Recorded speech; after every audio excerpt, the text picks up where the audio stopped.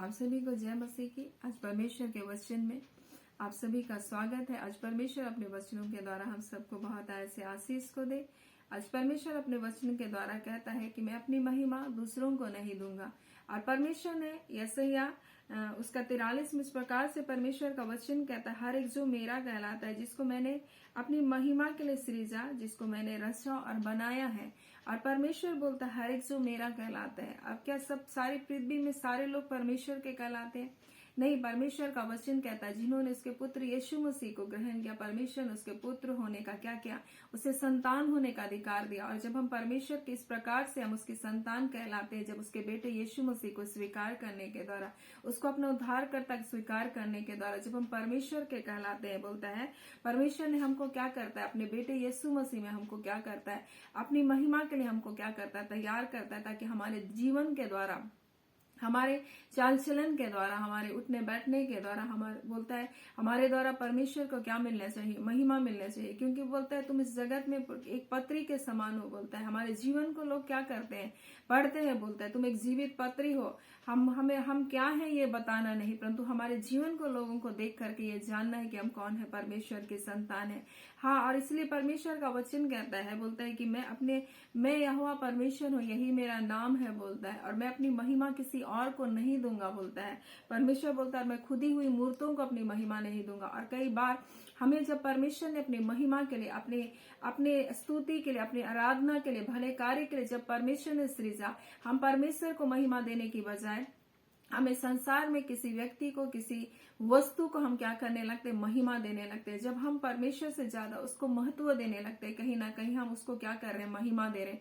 और परमेश्वर बोलता है कि मैं अपनी महिमा किसी और को नहीं दूंगा। और परमेश्वर तो हमारा परमेश्वर बोलता है जलन रखने वाला परमेश्वर है। जब हम परमेश्वर की जगह किसी और को स्थान को देते हैं या परमेश्वर को महत्व को देते हैं, ये परमेश्वर उस चीज को, उस वस्तु को क्या नहीं करता, पसंद नहीं करता। और परमेश्वर का क्रोध उन पर क्या होता है, भड़कता है। और यही तो आज वर्तमान समय में परमेश्वर क्या कर रहा है, जब मनुष्य क्या कर रहा है, जिसको परमेश्वर ने अपनी महिमा के लिए बुलाया, अपनी महिमा के लिए रचा, बनाया।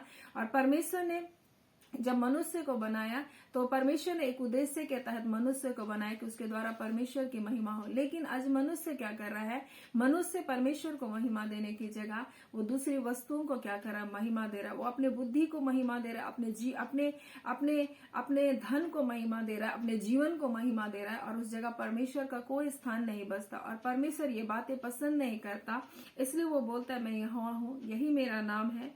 और बोलता है कि बोलता है मैं अपनी महिमा दूसरे को ना दूंगा, जो स्तुति मेरे योग्य है, बोलता है वह मैं खुदी हुई मूर्तों को ना दूंगा।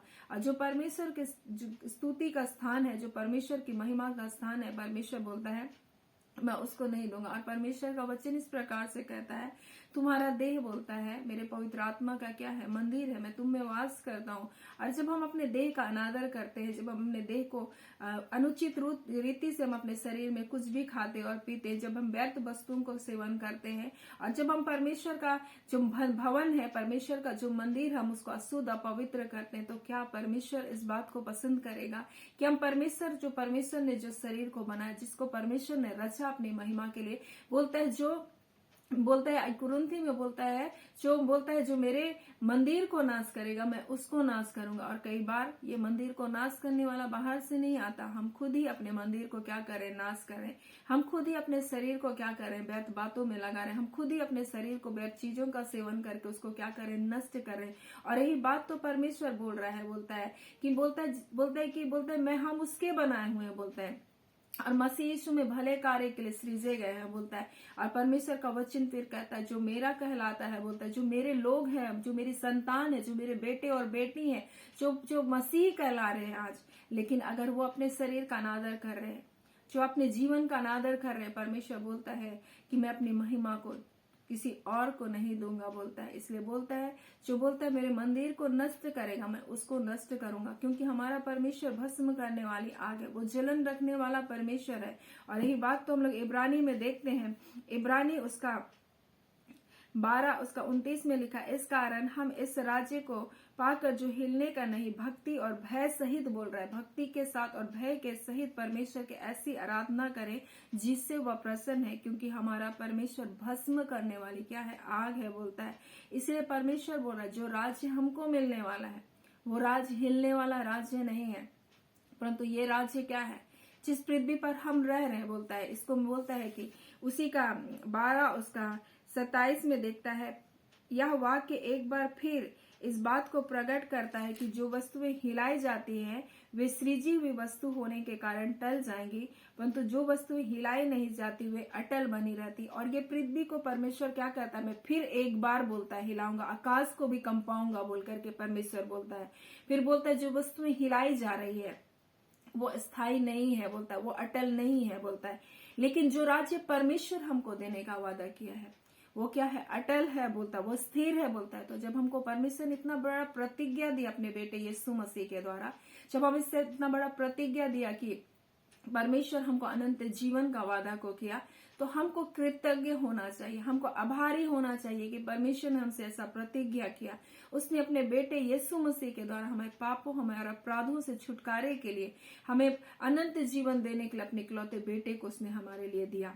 तो हमको आभारी होना चाहिए परमेश्वर का, क्योंकि बोलता है कि भक्ति और भय सहित परमेश्वर की ऐसी आराधना करें जिससे वह प्रसन्न है। और आगे लिखा, क्योंकि हमारा परमेश्वर भस्म करने वाली आग है, इसलिए तो वो बोलता है यशायाह में कि मैं यहोवा परमेश्वर हूँ और यही मेरा नाम है, बोलता है। और बोलता है मैं अपनी महिमा किसी और को नहीं दूंगा। और जब आप अपने जीवन से किसी और चीज को महिमा दे रहे हैं, जब अपने जीवन का आप अनादर करें, जब आप अपने शरीर का अनादर कर रहे हैं, तो परमेश्वर को ये बातें नहीं भाती, क्योंकि परमेश्वर कहता है मैं अपनी महिमा किसी और को नहीं दूंगा। सो परमेश्वर आज अपने वचन के द्वारा बोलता है कि हम परमेश्वर की महिमा के लिए रचे और बनाए गए, हम परमेश्वर के कहलाते हैं उसके बेटे यीशु मसीह के द्वारा। तो आज हमें परमेश्वर की क्या करना है, महिमा करना है, अपने चाल चलन के द्वारा, अपने गुण व्यवहार के द्वारा। हमें परमेश्वर ने कहा तुम जगत की ज्योति हो, और हमारे जीवन से परमेश्वर की लाइट, परमेश्वर की ज्योति निकलना चाहिए। परमेश्वर का वचन कहता है तुम नमक हो, तो हमारे जीवन से वो खराई, वो सच्चाई, वो हमारे जीवन से निकलना चाहिए, वो प्रभाव दूसरों के जीवन तक हमारे जीवन का जाना चाहिए। और यही बात तो परमेश्वर आज अपने वचन के द्वारा हमें बता रहा है और बोल रहा है कि मैं अपनी महिमा के लिए तुम्हें बनाया है, मैंने अपनी महिमा के लिए तुम्हें रचा है, बोलता है। इसलिए तुम्हारे जीवन से क्या होनी चाहिए, मेरी महिमा होनी चाहिए। सो आज परमेश्वर अपने वचनों के द्वारा हम सबको बहुत ऐसे आशीष को दे। आइए हम प्रार्थना करें। धन्यवाद देते हैं प्यारे पिता परमेश्वर, प्रभु यीशु के नाम से पिता हम आपके निकटता में आते हैं, आपकी हुजूरी में आते हैं प्रभु। और आज के नए दिन पिता परमेश्वर हम अपने आप को आपके हाथों में समर्पित करते हैं खुदावन परमेश्वर। पिता आपका पवित्र आत्मा आज के दिन आपके बच्चों की अगुवाई करने पाए प्रभु। हाँ खुदावन परमेश्वर प्रभु जी, जिस मार्ग में चलना है प्रभु जी, आपके वचन के द्वारा प्रभु उस मार्ग में चलने के लिए प्रभु सहायता कीजिए प्रभु। खुदावन परमेश्वर आप अपने बच्चों के पांव को परमेश्वर स्थिर कीजिए प्रभु। हाँ खुदावन परमेश्वर व्यर्थ भटकने वाली आदतों से प्रभु ने छुटकारा दीजिए प्रभु। खुदावन परमेश्वर प्रभु जी, आप कहते परमेश्वर पिता अपने वचन में खुदावन मैं तुम्हारा भटकना परमेश्वर छुड़ा दूंगा खुदावन। आज आपके बच्चे इधर उधर भटक रहे हैं खुदावन परमेश्वर, उनके भटकाव से उन्हें लेकर आइए प्रभु जी खुदावन परमेश्वर, ताकि आप में स्थिर हो सके प्रभु, क्योंकि आपके बिना कोई जीवन नहीं है खुदावन प्रभु, आपके बिना कोई शांति नहीं है खुदावन परमेश्वर, आपके बिना कोई आनंद नहीं है परमेश्वर पिता। यीशु मसीह आपके अनुग्रह के तले जब हमें रखा प्रभु जी, आज उस अनुग्रह के तले आपके बच्चों को छाया में लेकर आइए प्रभु, जो आज परमेश्वर पिता संसार में प्रभु जी क्लेश को भोग रहे, दुख को भोग रहे और नहीं जानते किस कारण परमेश्वर, क्योंकि परमेश्वर वो अपने जीवन से प्रभु जी आपको अनादर किए परमेश्वर प्रभु जी। आज आपका अनुग्रह उन पर हो प्रभु, आपकी दया उन पर हो प्रभु, जो पिता आपसे दूर चले गए खुदा पिता परमेश्वर प्रभु जी, आप उन्हें परमेश्वर अपने पास पिता अपने प्रेम की डोर से खींच लिए खुदावन, क्योंकि आप प्रेमी परमेश्वर है प्रभु, आप नहीं चाहते कोई भी नाश हो खुदावन।